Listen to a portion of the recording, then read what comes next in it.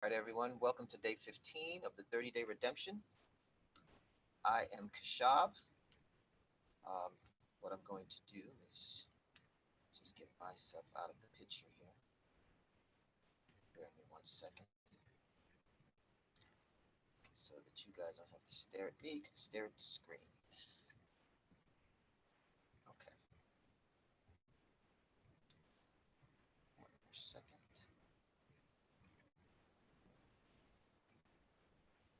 Okay, hello again. Welcome to the 30-day redemption, day 15. I am Kashab, and with me I have my co-host Rafaela, and we are hosting a presentation today called Eradicating Cancer Naturally. And we have our special guest, Kia Mia, and she's going to take us through a few slides to let us know some natural things we can do to live a healthier lifestyle and combat cancer. Um, Actually, I'll leave it on that screen. So again, just for anyone that's new to our presentation, the 30-day redemption's goal is to help people who are quarantined or people who work from home or people who are at home find something every day for 1 hour that would help to feed their mind, their body, or their spirit. We spent 10 days on the mind, and we have some very good videos that if you would like to see, you can go on Facebook, type in 30-day redemption, and follow the fan page. And there is right now about 14 videos, 10 of them pertaining to mind, four of them pertaining to body. And today is our 15th day, and we're going to look at the body from the perspective of cancer. Um, so we have another 5 days to go of body, and then we're going to go into spirit. So this 30-day journey is about the total you, mind, body, and spirit. And we hope that you enjoy our presentation. So what I'm going to do is introduce our guest, Kia Mia. She's going to share her screen and show you guys some things that I think will be very, very beneficial to you. So, Rafaela, would you go ahead and introduce Kia, bring her in, and start the presentation? I don't know if there's a feedback until I speak, but sounds good. Yeah, sounds like the feedback issue has been corrected. Sorry about that. I wanted to touch bases on something that affects so many people, hundreds and thousands, millions of people around the globe. I'll admit it's a bit infuriating every time I hear that someone died from something like cancer. So, through my research at the university, as well as offline as well, I it was just absolutely phenomenal how many ways that um, we can eradicate cancer from the body so that it's not taking over our own cells. And so you can go ahead and go to next slide, please. And that's why I decided to put something together for you all called Cancer versus Antioxidants. Now, sounds like a big word. Some of you have probably heard of it. Some of you probably have not, but that's okay. You're in safe hands. I'll make sure I break everything down, so that anyone can understand how to combat this situation. Next slide. So in short, cancer can originate from a huge list of items in our environment. The oxidative stress, which I'll explain exactly what that is as well, is produced from the free radicals in our environment. And like our water supply, food, tobacco, and a whole plethora of things. Sometimes even the air, if some people live next to power plants or, anything causing radiation. And it's just everywhere. It's everywhere. If we live on planet Earth, it's close to impossible to avoid every single free radical that's causing the cancer in the human body. and it takes over the cell duplication and creates overgrowth of bad cells, which get in the way and prevents our bodies from functioning how they normally should. Next slide. Perfect. So, what is cancer? A lot of you probably already know this, but I'll break it down just in case so we can cover all bases. Uh, Cancer is basically unchecked cell growth. It's unregulated. And in all types of cancer, some of the body cells begin to divide without stopping, and it ends up spreading around surrounding tissues. And it can start from anywhere in the human body, which is made of trillions of different cells. Normally, the human cells grow and divide to form new cells as the body needs them. That's how it should do. But the not so normal or old and damaged cells survive when they should die, and new cells form when they are not needed. These extra cells divide without stopping and may form growths called tumors. And I'll go into a little bit more depth of that. Next slide. So in normal cells, you'll see here on the left that, there's hundreds of genes that control the process of cell division that I mentioned earlier in a very sophisticated manner. But during cancer cell division on the right, you can see how the cells grow unregulated. It's very chaotic, and it wreaks a whole bunch of havoc inside the body. Next slide. So you have a diagram right in front of you to, just so you can kind of get a bird's eye view of how the whole process works. You got your normal cells on your left and your cancer cells on the right. Now look to the cells on your left. They look like perfect little angels, right? Cancer cells on the right, though, they're haters. They want to take all the joy away from the normal cells on the left because they have nothing better to do. All cancer needs to do is stress out the good cells. And this is through a process called oxidative stress. Yeah, go ahead. You're fine. Perfect.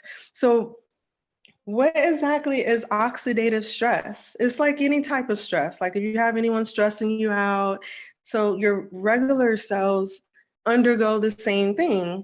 It's caused by free radicals in the environment, which occur when there's an imbalance between the production of the free radicals, like all of the toxic cells that we accumulate from the stressors in the environment, and the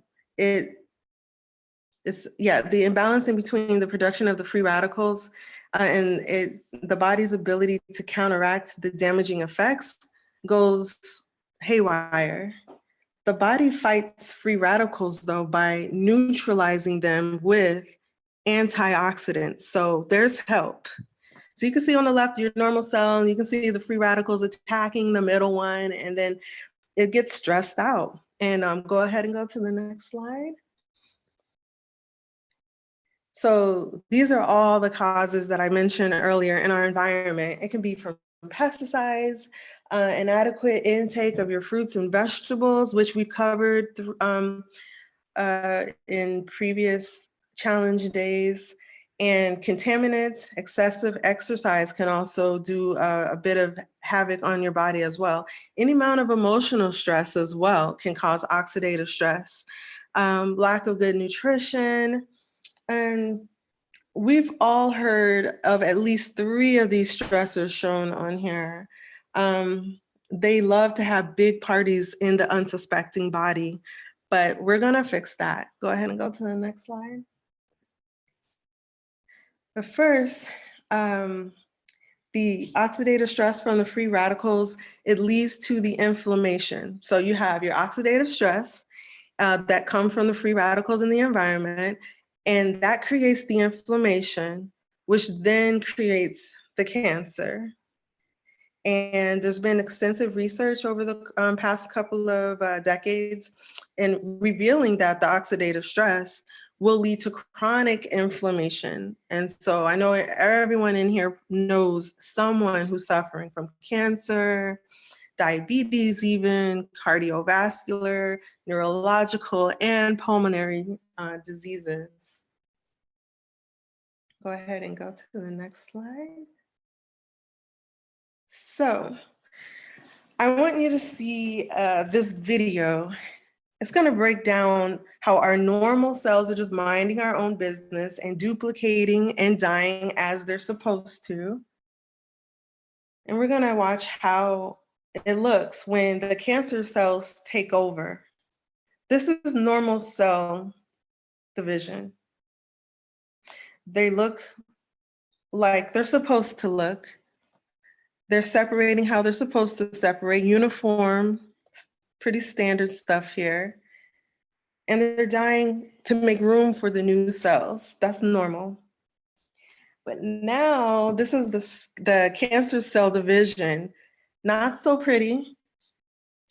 And it's causing the body, it's caused by, I'm sorry, the body being invaded by the free radicals that I mentioned. You'll hear me say free radicals several times until it sinks in, until you get used to it, because you need to watch out for them. So you see they're on top of each other. They're taking over your normal DNA. Not so fun. This is day one. In comparison, on the left is normal cell division. On the right is cancer cell division. Day two.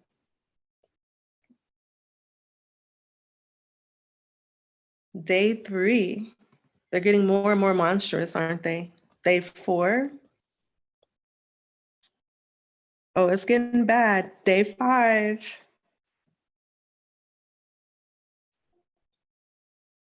Yeah, big difference there.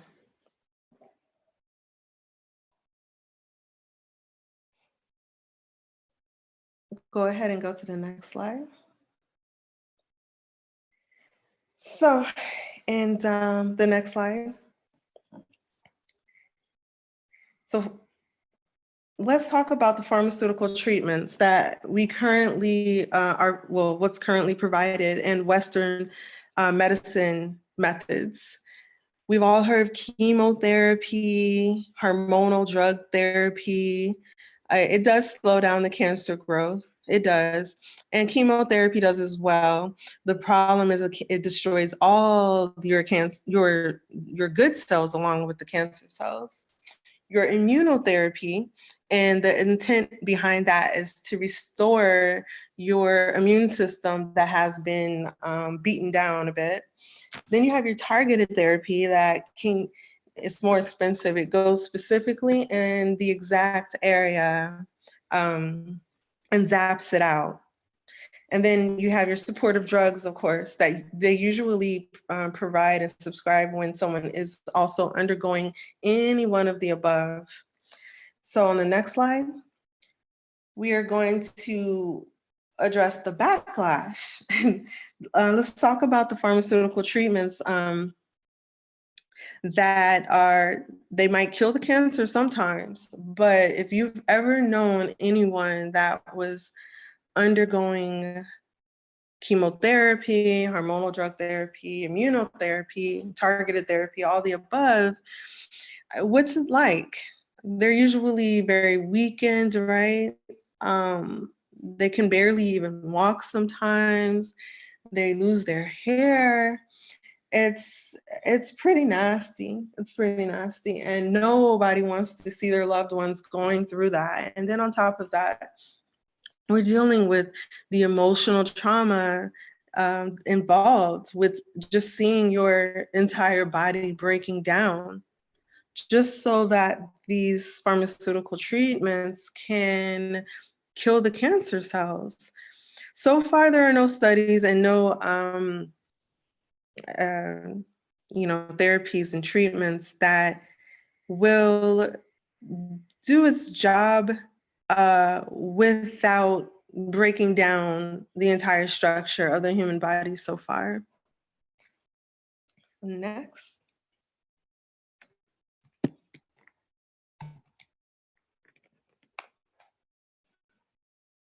So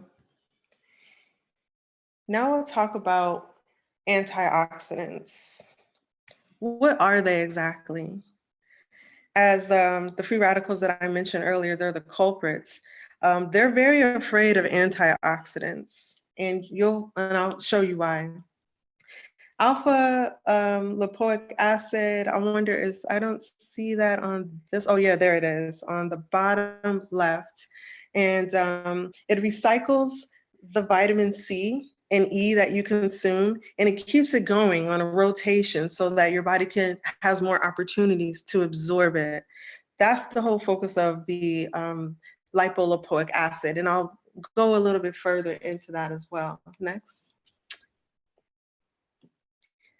So here you have the alpha lipoic acid recycling through your system, your bloodstream, and feeding it every single time you take in vitamin C, E, as well as other antioxidants. So it's going to improve your blood sugar metabolism, your blood flow to all of your nerves. It's going to stimulate the regeneration of nerve fibers and increase insulin sensitivity as well. So, and next slide.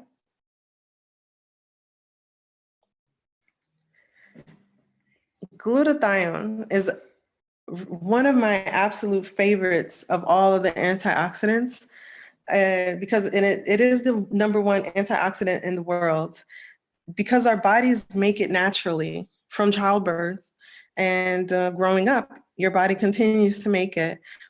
However, the older we get, the less our body produces it on its own. So we need a little bit of help. And there's different ways to do it. We can supplement it or we can get our antioxidants from food. And so glutathione, it prevents the rise in plasmas, and I'll try my best not to put you to sleep. Just know that it gets the job done in increasing your immunity and makes it strong, tight. So even if it doesn't even have to be cancer, everyone should be taking glutathione every single day anyway, because it is also anti-aging. It slows the aging process. When we're born and we begin to make the glutathione without realizing it, it's what keeps our bodies, first it creates a lot of growth. It enables us to grow. And then when we stopped growing, it keeps us kind of in a state of homeostasis, and delivers it, what it needs to prevent aging as much as possible, even though we're getting combated left and right from the oxidative stressors, as we mentioned earlier, in our environments. But the problem with that, as we get older and our body starts reducing less and less, that's when you'll start to see premature aging and cell breakdown in manners that are completely ineffective. Next. So you can either supplement it through a certain type of liposomal glutathione, which there's a lot of stuff out there in the market. Just be careful. If they're selling you glutathione pills and they don't say liposomal on there, it's a waste of money. You're throwing your money down the drain. And the reason why that is because the liposomal delivery, all that means is it's able to pass your digestive system and absorb into your bloodstream. The digestive system destroys glutathione. So if it's unable to skip the digestive system and go straight into your bloodstream, they're just taking your money and you're not getting the effects of glutathione. They also have glutathione injectables that a lot of the rich and famous and elite they use. They just go straight to the clinics that inject the glutathione straight into their bloodstream. And if you want to skip all that, that's why you can either use liposomal pill supplements that I referred to earlier, or my favorite, you can get it from food. You have your cucumbers, almonds, there's a whole list on here. I'm sure you see something that you like, maybe even some items on Dr. Sabi's list, the spinach, not so much broccoli, even though it does have a lot of glutathione in it. Avocado is another good one overall anyway. So most people listening today are already eating properly for the most part. So chances are you already have a lot of this in your system to begin with. And next, another good antioxidant treatment. Everyone probably already has this in your cabinet, vitamin C. Um, so vitamin C, right? It's they have two versions of it. It's either going to be a synthetic man-made version, which is what you mostly see in grocery stores, pharmacies. Who else has GNC? But again, it's synthetic. It's not from a whole food source, which is really what you want to get it from your Whole Foods, like acerola cherries. They sell those anywhere, but I like to get mine on Amazon. It's a powder. You put it in your shakes and you're done. And the as you can see, it improves your blood sugar metabolism, and it gets all the blood flow to the peripheral nerves, just like glutathione does. It's easier to get your hands on it. It stimulates your nerve fibers, and therefore scaring all those free radicals away and breaking up that happy party. Next. So to recap, right? Once you introduce your antioxidants, like Miss Auntie, oh, I'm sorry, go to the next slide. Go up, previous slide, previous, and that's okay. It's not in there, but that's okay. And go to the next, and one more. Okay. So I just thought I'd put a list on here of other herbs and foods on the previous slide. That on the there you go, that we probably already have in your cabinet. So if you do, then you're already doing your job and protecting yourself and shielding yourself from the free radicals in the environment. Like I know I like garlic. I like to do a lot of berries. I probably pour a bunch of turmeric and other curries and sometimes even cumin in my stuff anyway. Oily fish, and if you don't like to do the fish thing, if you don't trust the source of the fish, you can get it from your omega-3 supplements, as a backup. Some of you love hot food, so chili peppers. I guess the main thing here really is to avoid processed foods, like the ones that have the sugars, the white sugars usually, your bleached white sugars, alcohol, the white rice. Wild rice is the best option, of course. Any white flour, and they're white because they've been bleached and they've had their nutrients taken out of them. The pastas, the gluten, all of that stuff that tastes really good when we were a kid, not so much good when, especially as an adult, because after years and years of consuming that stuff, right? But processed foods is the main culprit of, it's just the quickest way to get these oxidative stressors, AKA free radicals, into your body to create those cancerous cells. Next. Yeah, and that's just some more like herbs and plants that you might already have on your shopping list. Next. So, as opposed, oh, there it is. Yeah, you can go past that one as well. Yeah, there we go. Thank you. So, As opposed to the pharmaceutical treatments, which we discussed earlier, there are also some natural treatment options that you have out there. You can search in your area. I don't know about you all. I'm here in the Orlando Winter Park area, and there are a plethora of options over here. And there's a lot of Chinese medicine clinics.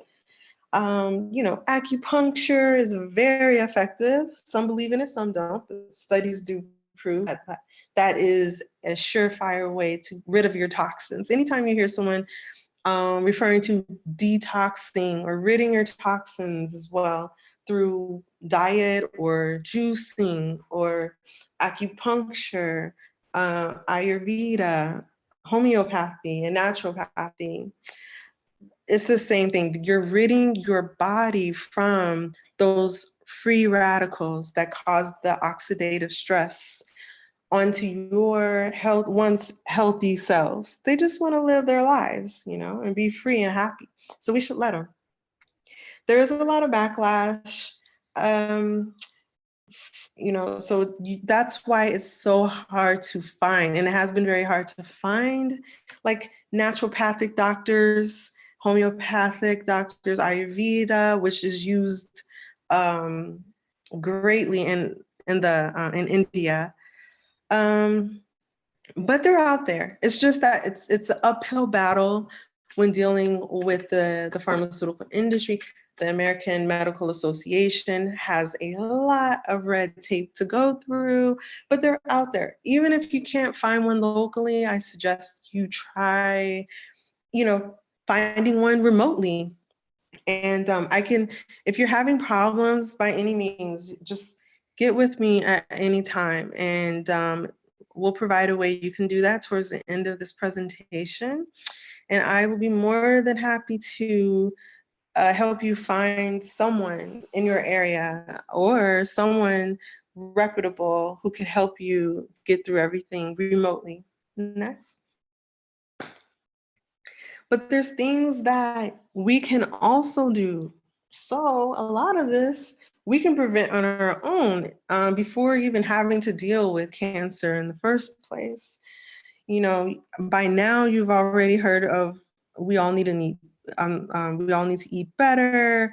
We all need to exercise, get enough REM sleep. That's the rapid eye movement sleep that actually counts. In during that process, your body has a chance to rejuvenate itself if you can get to that proper sleep consecutively, at least 6-7 hours a day. Everyone's different. Just figure out what yours is and uninterrupted sleep if you can. I know a lot of us might have some issues or addictions with these cell phones and that blue light. Once you turn it on, that blue light kind of wakes you up right away. Try to think of ways that you can maybe put your phone in do not disturb mode, turn off your notifications for a certain period of time, anything to keep you from looking at that blue light. Because once you look at that blue light, it's pretty much over. Next thing you know, you're on social media, having a great time when your body really needs that rest. So that's a huge one that could be avoided. Also stress. I know it's easy to say to avoid stress, but maybe have a journal. Some of you probably already do. Maybe there's certain people or relationships or certain things on television. Maybe a lot of people are being stressed out by all of the horrible news, but we need to have the news, right? So maybe limit yourself. Don't watch it all day. Get off the television, maybe get off of your phone, enjoy your family, friends, and loved ones. And finally, eat to live, not just to taste. Easy to say, right? I know I'm guilty every now and then. It's getting easier though, one step at a time. But especially the older we get, the more I believe we start to actually care about what we put into our bodies, because we see our bodies are starting to break down. We might not be able to do those cartwheels or roundhouse that we used to do without even stretching, might pull something here and there. And we value our what we put into our bodies more. So all of that would make an absolute huge difference. So next I'm going to play a video on my absolute favorite ways. My favorite ways to eradicate cancer. Why? It's just filled with so many antioxidants. The next slide. And it's just amazing. And I'll explain a little bit more on that later after we play this video.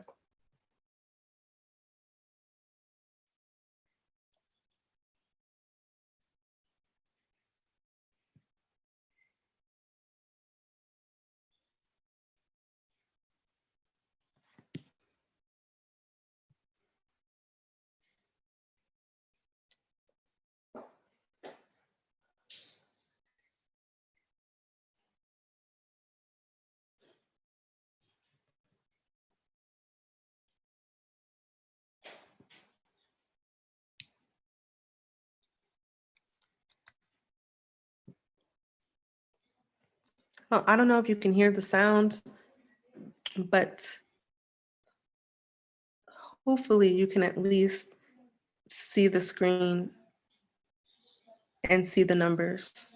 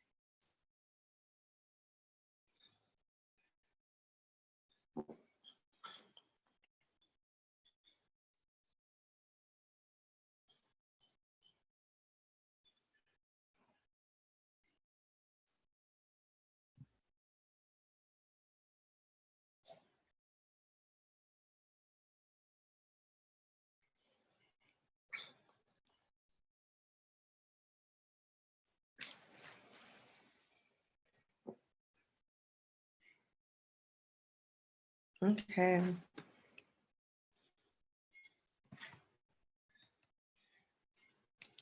Okay, hopefully, I don't know if anyone can tell me, could anyone hear that video at all? We did. Oh, perfect, sorry, perfect. Next slide. So now that you know the one before this one, it's not there. So now that we know the importance of graviola, it's used worldwide. A lot of you probably, some of you have already told me you have a graviola tree in your backyard, and I consider that an absolute blessing. So I do have a tea recipe, and that we will make sure that you have maybe on Facebook, so, on the 30-day redemption challenge. And it's going to be absolutely amazing because it tastes really good and it's easy to make. And all you have to do is probably boil about 10 to 20 leaves per maybe 16 ounces for an hour. You know, you just boil it for an hour. It's going to cook down about half of that. So that's just to give you an idea. And if you forget any of this, don't worry, we'll provide all this information to you for the soursop, AKA graviola tea recipe. I'll also provide the tea brand that I use. And but there are a lot of other good brands on there. You know, definitely dig some more and make sure you're getting the best value for your money. So today, just to kind of summarize, and then we'll open up a Q&A.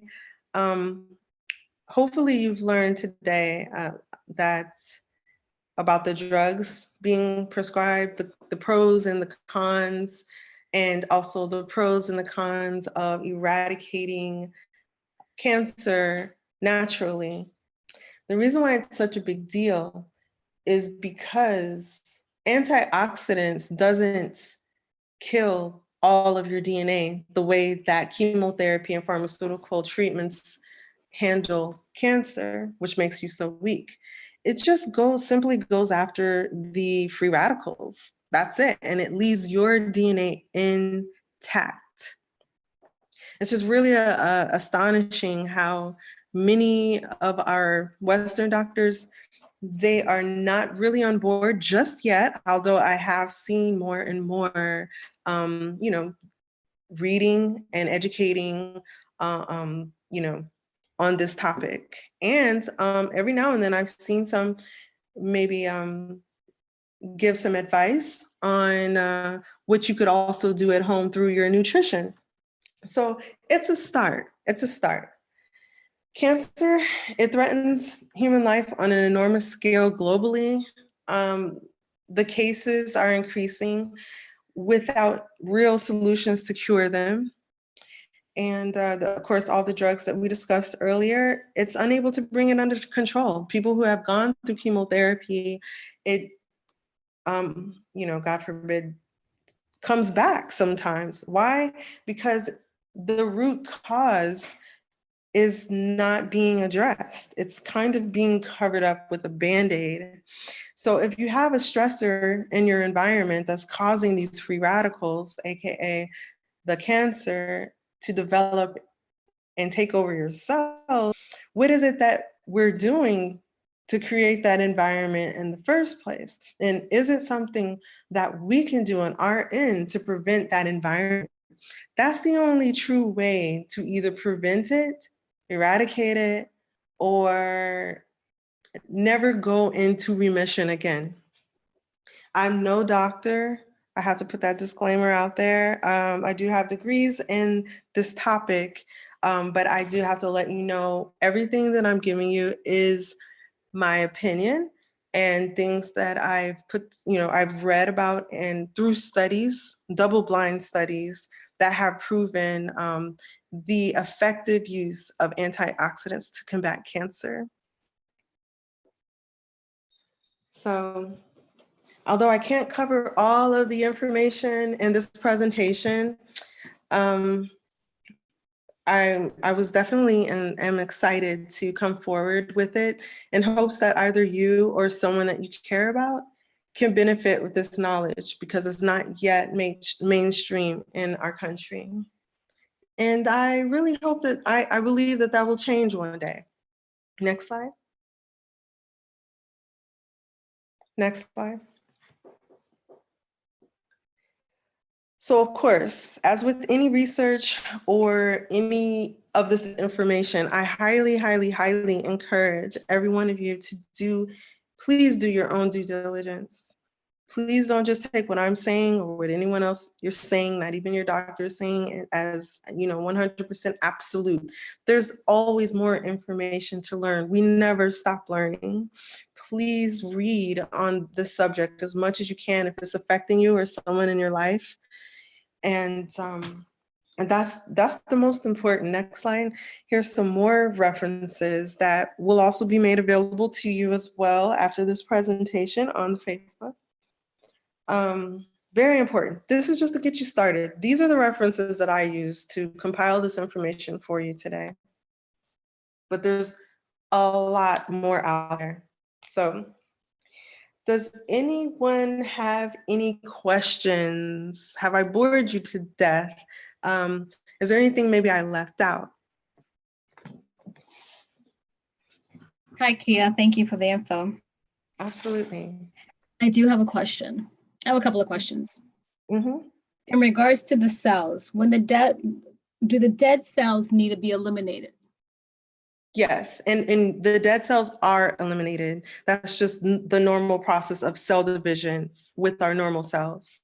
Now, what happens if they're not? If you have like a cluster, Mhm. um, and how do you get rid of the cluster that doesn't leave the body, Right. rather than doing surgery or removal, stuff like that? Yeah, so that's when you get your tumors. Like, the video that I showed, the first video I showed earlier, where I had the normal cells on the left and the cancerous cells on the right. The ones on the right was doing exactly what you're talking about. It just grows on top of each other and wreaks havoc. And the doctors, that's when you see the surgeries where the doctors do have to surgically cut that out.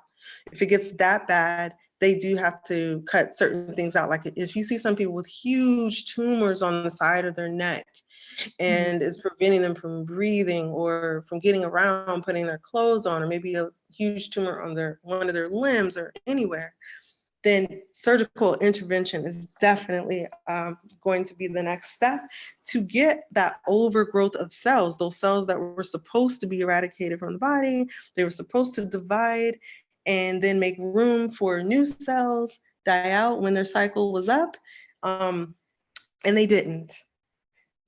So then obviously the person needs to change their diet or, do something to help that process of elimination, right? Yes, absolutely. Okay. Absolutely.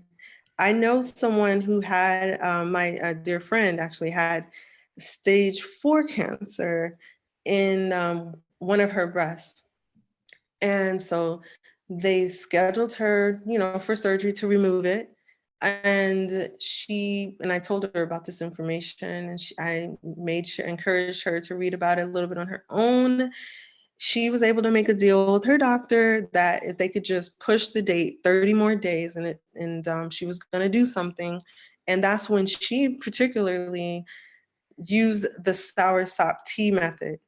And she drank the soursop tea probably about 8 to 10 ounces 3 times a day for a month. Mhm. They wanted her to come back in for testing. That would be protocol, just to make sure. And they couldn't find any more cancerous cells. They Mhm. were very much in denial. To this day, they are like completely dumbfounded. They cannot believe what they were seeing. So they continued to retest her and retest her. And they want her to come back, every 3 to 6 months to retest her to make sure. And sure enough, she's still cleared to this day. And that was 3 years ago. And When she, they retest her, do they do X-rays, the mammograms? Doesn't that help, with the cell division? yes, it does. The mammogram, honestly, they did some type of biopsy because they were in denial. The mammogram showed nothing. The ultrasound showed nothing. And so they did unfortunately make her do another biopsy, and they still found nothing. Okay. All right. Thank you. And one more thing, the vitamin C powder, the one that you were mentioning that you use. Mm-hmm. Can you repeat that, please? Acerola, Acerola. It's from cherries, and it's really wholesome. Okay. I'll check that out. Thank you. Mm-hmm. Definitely. I have a question. Oh, I'm sorry. Absolutely. Rel, go ahead, Rel. I'm sorry. Okay. Hi. Thank you, Kia, so much for that presentation. I have one quick question to your diet. Uh-huh. I'm a big meat eater, so I'm pretty good about my lunch and dinner, eating fish and everything. But a lot of the foods that you eat for breakfast are processed foods, like the sausages, whether Mhm. it's beef or turkey, sausage, bacon. Do you have any suggestions? Because that is Mm. the meal of the day. So. Yes. Our presenter, what was it, yesterday? She made the vegan meal. Looks phenomenal. Yeah. She would, I know there's a way to get in touch with her on Facebook. Vegan isn't 100% necessarily, although I am a huge supporter of vegan diet because of a whole lot of other reasons. Main thing being that we, at this point, businesses, the meat industry is not really regulated as much as it should be, and they are still getting injected. They don't have to put things on labels. Meat is just not processed the way that it was how many days, I'm like, how many centuries ago. It's more chemicals than anything. They're allowed to sell us cancerous meat as long as they cut it out. I mean, it's kind of like a eat at your own risk type of thing. There are so many ways. I have not had meat in maybe 4 months now, and then I also went a whole 2 years without it. Once you start finding your alternatives, you'll see just how much you just don't miss meat, because meat also it drags your body down. You know, that's where you hear people talking about the itis and they're so sleepy, and it's because, but one thing to keep in mind that that motivated me anyway was when you're eating meat, you're eating recycled protein. When your body consumes protein, it has to break it down anyway before it could even absorb it. Your body will not absorb protein. It's going to absorb the protein is going to break down into various amino acids. Then your body will absorb those amino acids.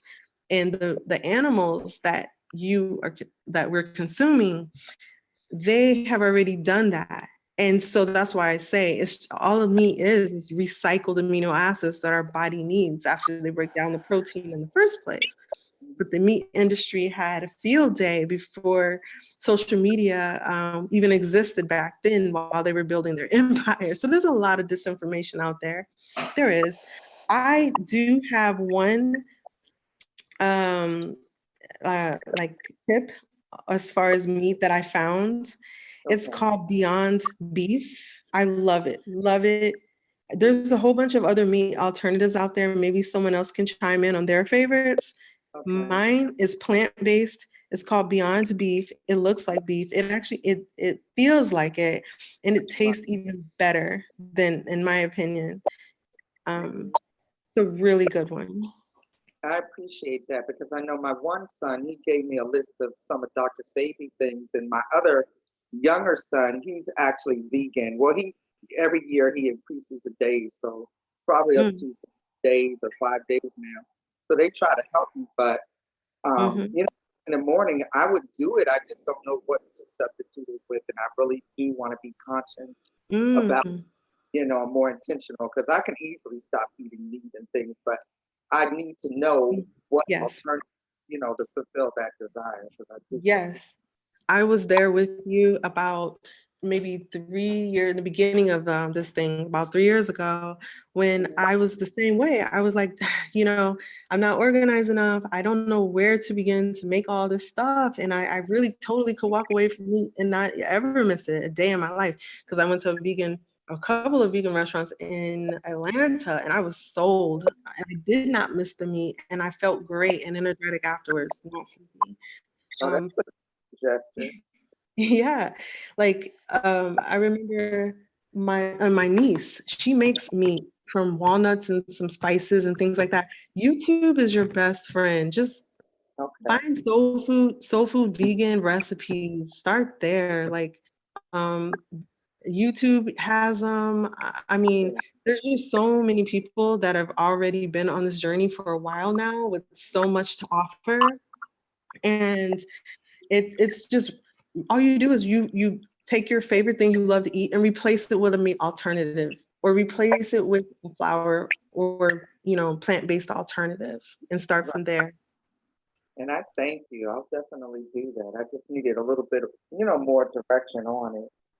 Because Yes. you're so thorough today, I was actually snapshotting all the screenshotting.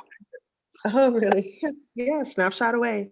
Because the more you can get this information to your friends, well, soak it up yourself first and then get it to your friends and family, the less deaths and the less suffering that we're going to have, especially in our community.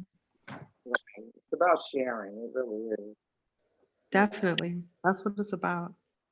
I thank you so much. Yes, you're welcome. Thank you for your question. I see other things in the chat. Are there any other questions in there I can't see? I don't I know just how to wanted really open. quickly to Rel. So I know breakfast is one of the hardest things in terms of, just trying to get, this is Rafaela, by the way, to try to substitute. I know when I was going through my transition, one of the brands that out there that has, that tastes pretty good, it's Morningstar. They have a lot of breakfast stuff, like veggie and vegan breakfast um, products. So I typed it in the chat, and the brand is Morningstar, and you can find it in your frozen section in your grocery store. But they have pretty good vegan breakfast things that you might want to get started with until you're about to start getting used to maybe doing other things. So that's a good brand there. Thank you so much. And I can get that from any main, or do I have to Yeah. go to like Foods Any or Trade? grocery store. Morningstar is they're in major grocery stores like Kroger's or any major grocery store and where you are. Okay, Morningstar, it's a brand that you can find anywhere in the freezer section. very good. Thank you so much, Rafaela. My I pleasure. appreciate that.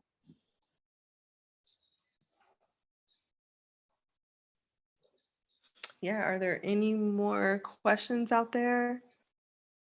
Hear me? Yes, I can hear you now. Okay. In regards to anger, I read in a book about 4 years ago that anger is a source of cancer. Mm-hmm. Consider anger one of those free radicals, or is there another label, or is that claim based on your research validated that you can actually um, Yes. have so much anger that you can actually cause? I guess anger will tie into stress. Can you speak on that a little bit? Yes, absolutely. Yeah, you got it. Just like earlier in one of the slides, it discussed stress, and that's in the same boat. So what it is, anger, what you would call it, is an oxidative.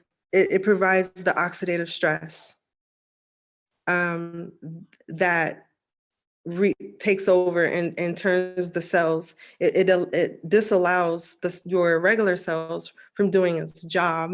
That's one of the oxidative stressors that we mentioned a few minutes ago. Absolutely. Anger, resentment, unforgiveness, all of those things are toxic. It's still a toxicity inside your body. And it helps to create the free radicals that then in turn develop those cancerous cells that are out of control. So counseling anger issues, to counsel and dig to the root of the anger issues, there have to be a bunch of inner work there. But if whoever is experiencing this type of expression and doesn't know quite how to control their anger or process their anger into a more positive channel, there are a whole bunch of resources out there. That's beyond my scope as far as, resources. But I know that we all know that they're out there. So definitely tap into that. If you're dealing with any of those issues, any psychological issues that's creating a stressor on your body, on your DNA, it will affect you if left unchecked. Very good. And the second part of my question, and Yane, I'll just let you go right after me. Um, it would seem like from the stressors and that slide that you showed, when we speak about the hood, for example, it seems like the hood has built into it at least four out of those, I believe, is maybe 10 or 12 items that you had. Mm-hmm. So it's almost like, especially now as we speak about COVID-19 and they speak about pre-existing conditions, Mm-hmm. like the pre-existing conditions are built into the hood. So Yes. their cancer or being cited as someone who is more susceptible to COVID-19, it seems like your environment and your condition and your defaults cause you to be most susceptible both to cancer to COVID-19. Yes. That, Yes, absolutely. More, I'm sorry, was that the end of your question? that was the end of it. You're absolutely right. There's a lot of habits as well as the environment, like the smoking thing, the alcohol thing, that you'll see in a lot of those areas. Diet, there's a lot of what we call food deserts in lower socioeconomic environments, like, you know, all the fast food, the churches, Popeyes. You hardly see any Whole Foods in Trader Joe's, or, you know, natural mom and pop markets. And it's mostly McDonald's and all the worst stuff that we're not supposed to be eating on a continual basis. Also stress from those types of, you know, environments, the stress that comes from it, the contaminants like in the water. Look at Flint, Michigan, the lead, just so many, the fluoride, the unchecked, all, you know.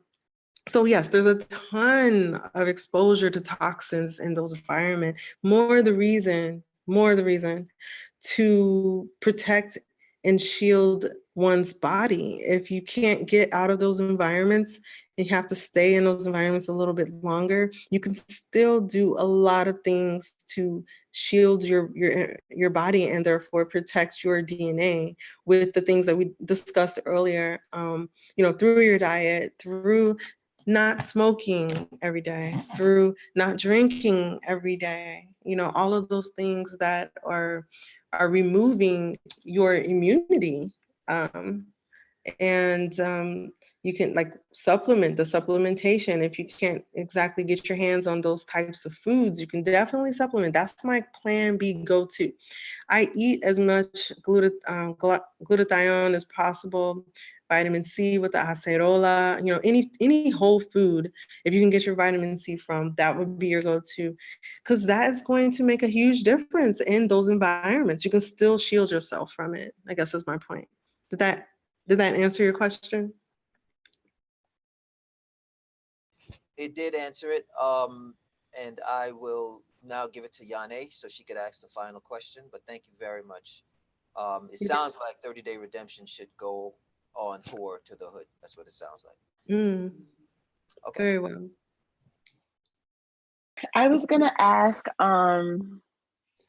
does food affect your mood? Because I was listening to you talk about food, and then when Kashab asked the question about anger, I remembered when I stopped eating steak. I remember eating steak on two separate occasions. I remember eating steak on two separate occasions and then waking up in a bad mood or feeling like depressed. And I was like, am I in a bad mood when I had such a great day yesterday and things like that? And when it happened the second time, I was like, oh, maybe steak is making me feel some kind of way. So I kind of Yeah. cut back on it, but I don't know. I didn't necessarily know if there was any science behind it or any real reason why I felt like that. I didn't know if it was my digestive system. I don't know. I just know that I didn't go back to eating steak. Wow. So Well, I let me mean, ask. And the steak that you had, was it from the same place usually when you had it, or was it from a grocery store? yeah, it was from a grocery store. I bought it and I cooked it in my house. So I bought it, cooked it in my house one time, woke up the next day. I was like feeling sad and depressed. And then I didn't know why, but then it happened again, like maybe a couple weeks later or whenever the next time it was, I went and got steak and cooked it.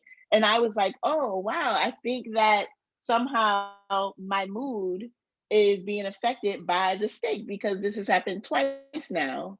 So I don't know if, and some people like vegans, I've talked to about it, and they've said, oh, well, you're eating slaughtered animals, and however the animal fell is transferred to the meat. I don't know how true that is, but my question, I guess, would be, do you think that our moods are affected by the food we eat, which then can cause like this reaction or this or free radicals to happen? Yes. All the above. Yes, it's like a never-ending cycle of, like a domino effect. It absolutely could. I remember a study not too long ago was done. You're going to see a lot of meat companies defending themselves with their own studies, but I'm referring to double-blind controlled studies that concluded that meat consumption may be associated with, a moderately higher risk of depression. But there is still a lot of further studies that need to confirm those types of findings because of the limited number that were studied at this time. And but let's dissect it. What if it was the meat? And what if it was what the meat was injected with? What did that cow or, what did that meat eat? Did they eat a healthy diet? Were they able to roam around or were they stressed out? Did they develop cancer? Were you eating cancerous cells? I mean, there's so many questions unanswered to be able to answer that. But definitely a lot to think of. Ultimately, your body told you, after I eat this steak, I'm not feeling good. You felt it, and I'm so proud of you, and I'm really grateful that you were able to pay attention to your body and correlate it to what you were eating. Your body lets you know this ain't right. So if in that, I guess my overall, if we could just pay attention to our bodies, they will let us know what we eat, if how it's feeling after we consume anything.